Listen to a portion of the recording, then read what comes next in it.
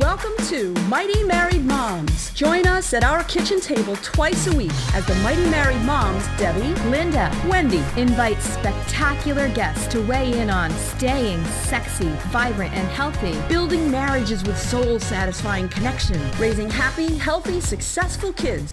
Conversations with Mighty Married Moms will bring you closer to the life you really want. Episode 63.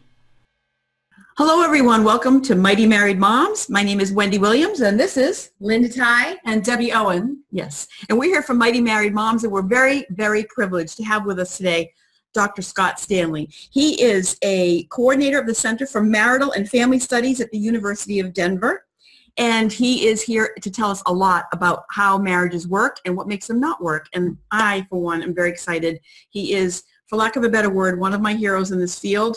He's done great work. He is a good man, and I'm very excited to have you here today, Dr. Stanley. Thanks so much. Thanks for having me. I really appreciate it. This is great. Thank you. Great. So, give us a little rundown. How did you end up being a researcher about marriages?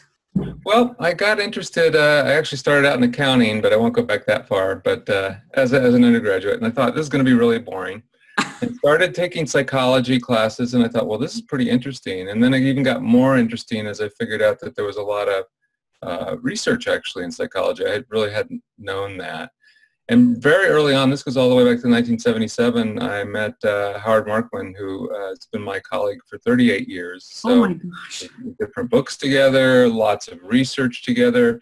And he was really studying what can couples do to help, based on research principles, strengthen their relationships. And that developed into this program that we've developed and refined called PrEP. And as you mentioned, you got the Fighting for Your Marriage book there and a bunch of other books.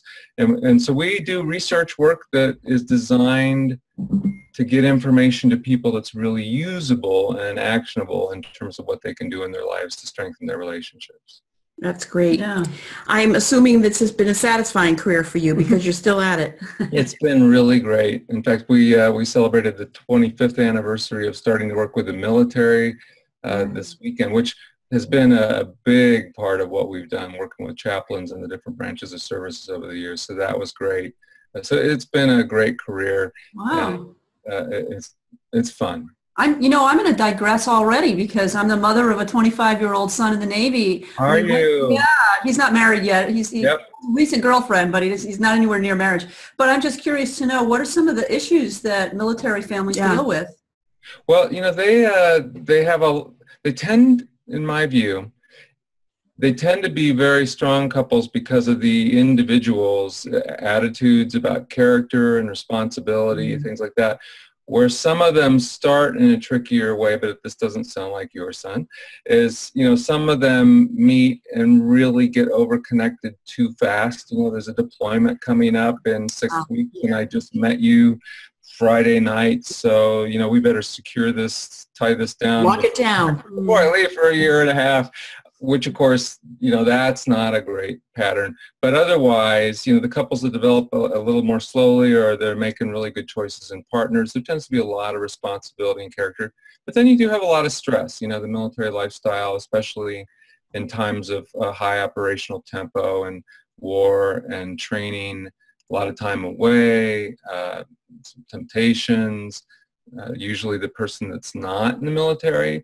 Military installations are, Navy's a little different, but like in the Army, a lot of the Army posts are way out in the sticks, so the spouse is usually very removed. Isolated. Family, they develop that with the others, but so there's some unique characteristics and stresses, and also usually some unique strengths of military couples. Interesting. What occurs to me as you're talking is that I'm imagining the stress hormone levels in these people are much higher for sustained periods of time than most. And so it's a kind of a great test population to say this is what stress can do, and it really reduces your ability to make wise decisions, have productive conversations, and feel that sense of safety and connection. And so it may have some specificity around the military piece, but it's also a population under stress, and we can extrapolate that to the rest of us. Absolutely. I think that's exactly right. They tend to be, they can endure or experience very high stresses. They also, though, compared to younger couples in the rest of the culture, they have a lot more support systems. So it's a really interesting mix. So as a result of all that, they actually, except for some recent years in the height of the wars and stuff, the divorce rates actually tend to be similar to the general population, even though they have these other characteristics of higher risk and stress and everything you just mentioned, but they also have these other strengths and supports, and it kind of balances out. Interesting. The most favorite thing that I think when I think about you and your work, specifically your work, I know you work in a team, but your work on sliding versus deciding, that is such a key piece, and it just always has bells going off in my head, but I don't know how much my colleagues here know about sliding versus deciding, or our audience, so please tell us about it, please. So this is the favorite intellectual content of my life. And little tiny history again. So Howard and I have been working together all this time and focused on married couples and helping couples in marriage or prepare for marriage and that kind of thing. And then I had started in the late 90s to get increasingly interested in things like cohabitation and how couples develop.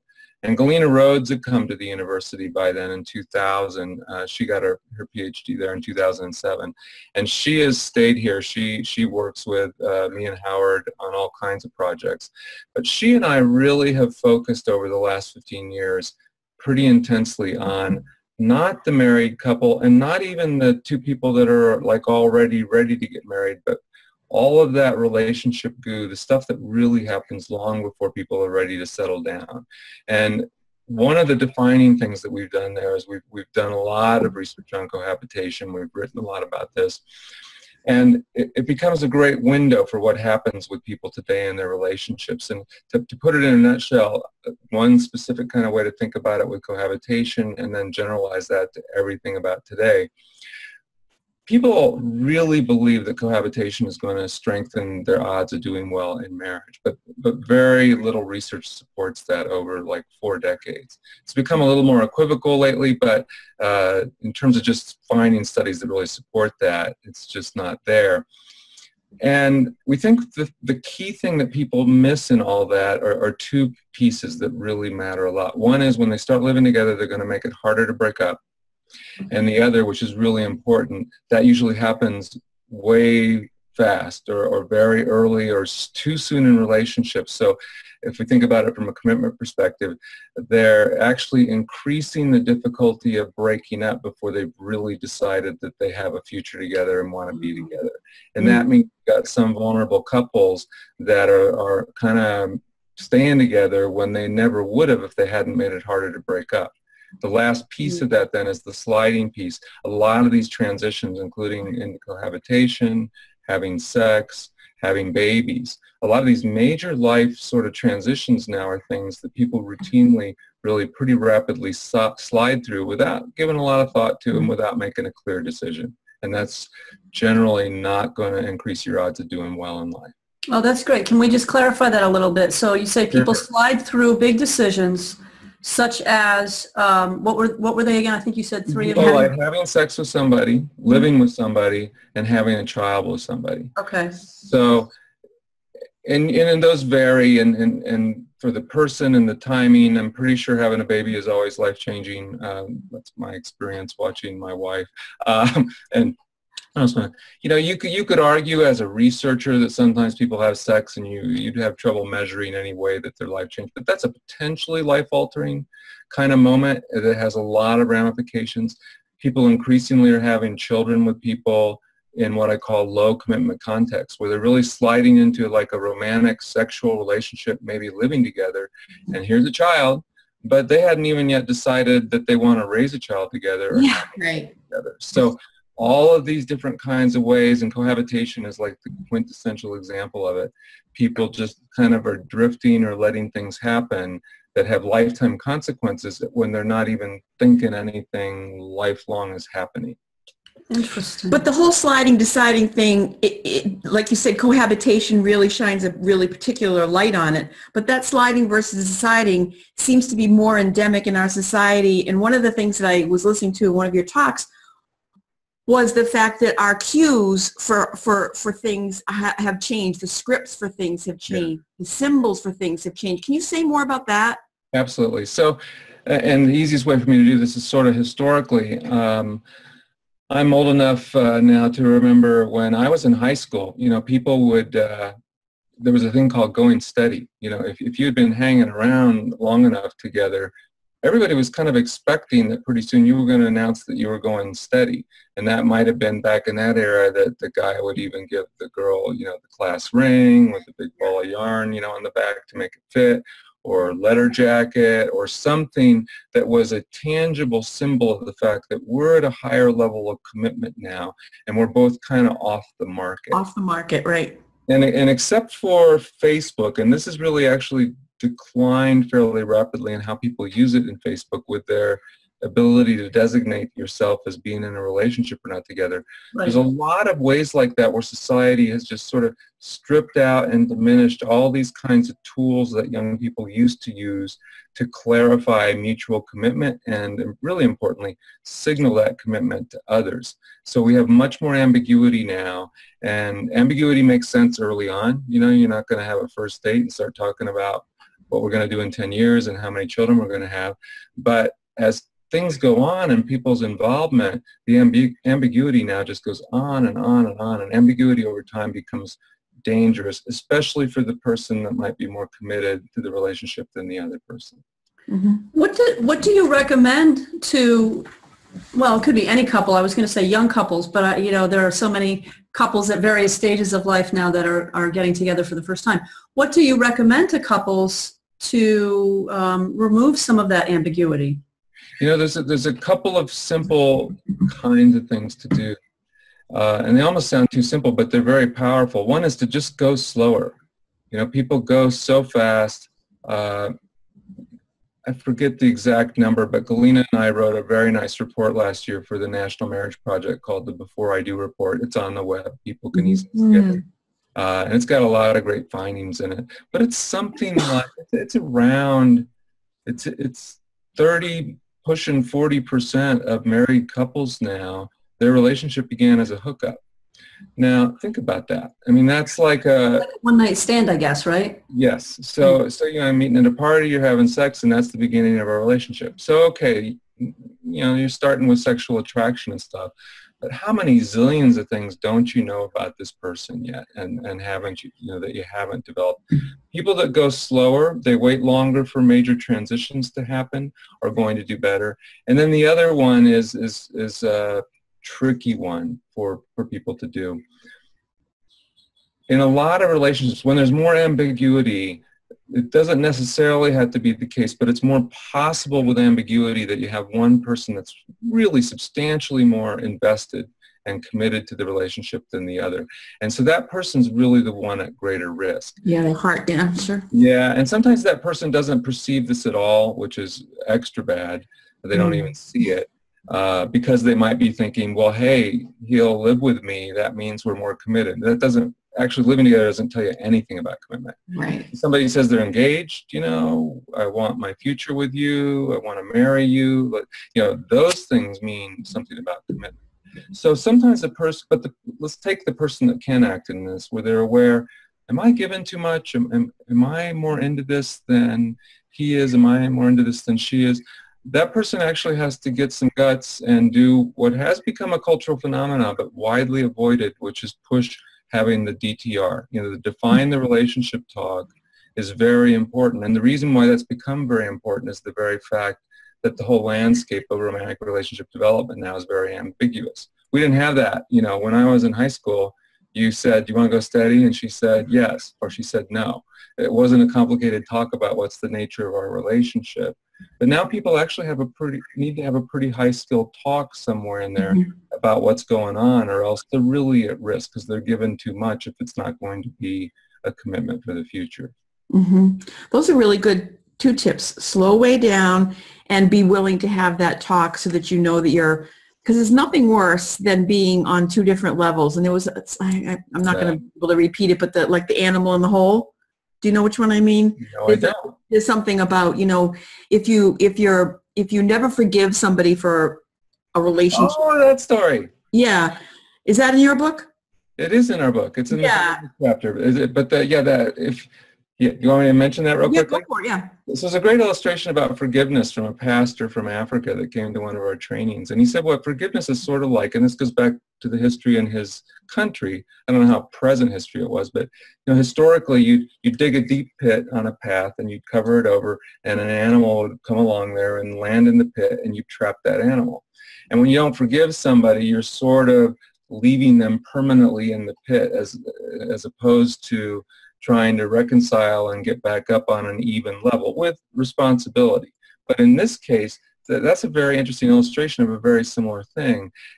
When there's asymmetrical commitment, it's like you're on different levels, and one's permanently in a lower place and the other might be, let's flip the metaphor a little bit, they might be trying forever to kind of pull that person up to their level, but the person never was and never really chose to be at their level. And it's a sad thing. Yeah, I've watched one of my, I hope he's not listening, one of my stepsons just go through that where, he was just, fully on, fully in, and she used her words all the way along saying, I don't do monogamy. I don't do long-term commitment. She used her words the whole time, and he was like, see no evil, so pain. That's where the chemistry is really, this is the trick about the value of going slow, is when people fall in love, the chemistry is so powerful. I mean, the chemicals are so powerful that we really are fairly blinded, and that makes it hard to see what you really have, to see clearly these differences in commitment, which also, here's another tip. If somebody's in that premarital stage of relationship with somebody that they think they might want to have a life with, if they do sort of regularly perceive that they're more committed to the relationship than the other, they really should not try to work on getting that person more committed. They should leave. They should move on. They should get in a different relationship. Okay. Because our research also shows that the odds are not actually very good that that person's commitment really ever converts. It's just low. And you might succeed in having them attached to you for a long time in life, but you're not likely to succeed in getting them to be more committed to you. And bonded. Yeah, that makes so much sense. Yeah. Scott, I would love to have you, this is great for me as a parent of young adults to hear all of this. All three of us are in long-time committed relationships. I'm assuming that members of our audience are not necessarily. We do have single people who listen to this, so this is great for them as well. But I would also like to just hear some tips from you for people who are in committed relationships, marriage partnerships, and would love to hear what are some of the things that you would recommend for strengthening and building them up, and let's hear some great action steps on that. Very good. So here's a few different ideas that are very specific, and they all come from the same sort of strain of thoughts about intentionality and commitment. One of the things that we've mentioned for a long time in our books, and you can see how you can apply now, this sliding versus deciding language, actually you can apply to many things. We came to it from the sort of premarital stages, but there's a lot of times in marriage where you're essentially going to either be letting things slide, or you're going to be deciding to kind of do something different and better or stronger. And one of the real simple ones is it's very easy for couples, especially with the kids and raising kids and paying mortgages and careers, it's very easy to kind of get into ruts about positive time together, whatever that could be. I mean, that could be taking like little walks, that could be taking trips to Europe, it could be watching a TV show you really like together. I know some people are really down on that, but for some couples that really works. But the thing that I want to highlight there is for a lot of couples, there's things that really work that keep them closer to connected that they kind of quit doing. And it takes some intentionality to stop that slide into letting those drift and sort of deciding to do those things. So that's one. Okay. And related to the conflict and communication stuff that we also talk a lot about, when people are setting aside time to really be together for the positive bonded part of the relationship, if they can overtly agree that during this kind of space in our relationship, we're not working on anything. We're not trying to change each other. We're not trying to get this issue fixed or this irritant fixed. Let's make this sort of downtime where the relationship issues are off limits. Yeah, you're drawing a boundary. Yeah. Yeah, put a boundary around it, a defense around it, so it's really protected and you can each relax. So there's a couple of kind of steps. Sort of make it happen and then protect that time in really a clear agreement about what that time's for. And then deal with your stuff in other time. You got to deal with stuff. You got to talk through things, but make that other meetings. Yeah. And I would think that couples who have started by making those commitments, not sliding into it, not just living together or trying to pull the other one along, probably have an easier time of doing that later on in marriage too. You know, the foundation makes a big difference down the road. Yeah, Linda, I'm really glad you mentioned that because this is one of the things that I would never have used to have been saying to couples, and now it's something that I really I talk about more publicly, and I talk about more with people that work with couples, like therapists and stuff too, is that it used to be, you know, you could assume a couple that came to you, for example, in counseling, that they're struggling and they wouldn't come in for counseling. But you could also assume that they at some point made a pretty clear commitment to do life together. That's not true now because of the way people can slide all the way through these things, including through and into marriage. There's a lot of people that kind of have weaker commitments now in a marriage. And it may be a very important, valuable marriage to make work. It may be absolutely the best thing they can do in life to make that marriage work, even if it didn't have the best foundation. So if somebody listening to that person, it's pretty powerful and it's pretty mature within yourself to recognize, okay, I kind of did slide all the way up to this point. But I don't have to keep sliding the rest of my life. You know, I can start being more decisional. I can start making decisions to give to my partner in ways I know that matters to her, that matters to him, to set more time aside in ways I haven't been. I can become more decisional now, even if I haven't been up to this point.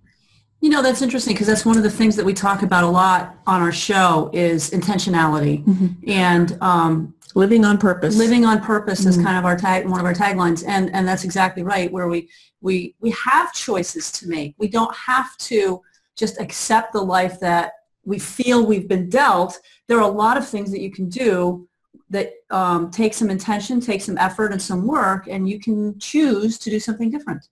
Debbie, I think that's right on. And one of my favorite metaphors, because it says a lot conceptually, you know, we have a society where people are very aware of the fact, you know, that people get dealt different hands in life. You know, some people get like a lot more cards to play with than others, and that's really just true. And we maybe pretend, or we'd like to get people starting out with better decks and stuff and all that kind of strategy culturally and policy-wise. It makes sense to do that. But the fact is, you got the hand that you have. You know, everybody has the hand that you have, and that relates to your family history, the developmental history of your marriage, your kids, the difficulties your kids have. Anybody can decide to try to play the hand they have better. You can wish you had this card, or you can wish you had that card, but a lot of times that's just sort of frustrating, depressive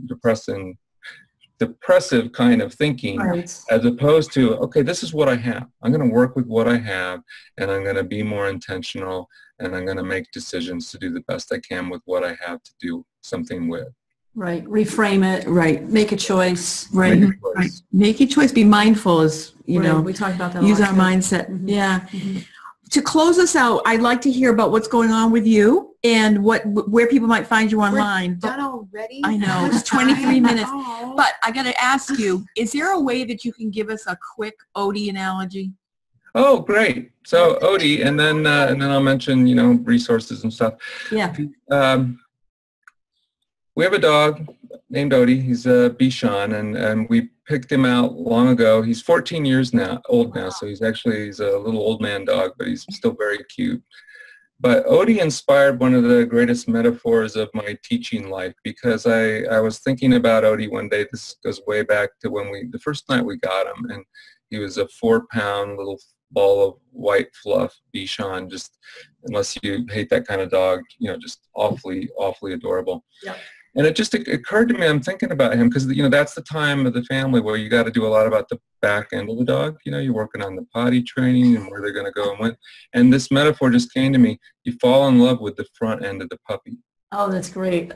but every puppy has a back end. Yeah. So I think a lot of times these days in relationships, people sort of naively believe that they can get a marriage or a relationship that matters. It's just all front end all the time. No. Everyone's got a back end, and every relationship is just like with the dog. That's where you got to do some work. That's where you got to be intentional. That's where you got to have a sense of time and place, and that's where sometimes you got to pick some stuff up and just throw it away. You know, that's what it is at the back end. If you don't do the back end work, the front end can't stay cute enough. No. So Yeah. really important to recognize that a real relationship comes with both ends of the puppy. I love that. That's Yeah, great. that's really good. Really good. Good analogy. Perfect. Yeah. Yeah. So what's going on? What are some projects, or where can we find you online, or maybe some resources that people can really, you know, utilize today after they listen to this? They're going to run to the internet and find you. Well, here's a few things. You mentioned the Fighting for Your Marriage book. We have other books. I also have a book on commitment called The Power of Commitment.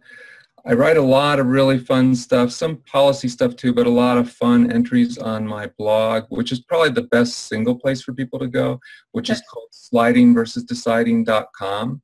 So if people just VS or VER? either one works. So Okay. slidingversusdeciding.com. If you just put in sliding versus deciding in Google, you'll get there. Or even just my name, even though there's a lot of Scott Stanley's, mine will come up on the first page pretty much.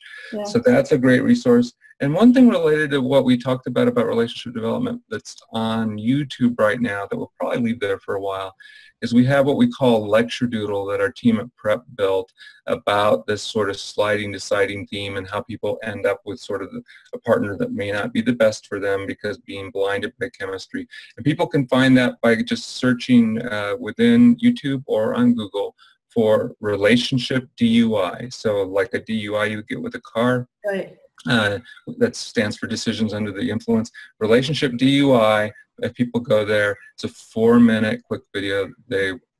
Everybody loves it, really loves it. I'll definitely check it out. Perfect, Yeah. perfect. Well, again, I can't thank you enough. I really appreciate your time. It's great to, you know, it's sort of like, you know, if you really are into movies and you really like Tom Cruise, this is my Tom Cruise. That's awesome. Yeah, so I'm very Thank excited. you, Wendy. Thank you. Thank you. Thank you, all three of you. Very much appreciate it. Thanks. Yeah. Okay.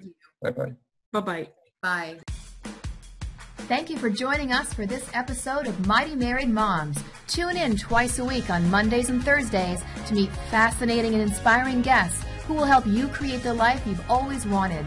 You can find these episodes and special gifts just for you at mightymarriedmoms.com, as well as a link to our Facebook community, where we continue the conversation around the kitchen table. Please also help share the love by leaving a review on iTunes. We'll see you next time.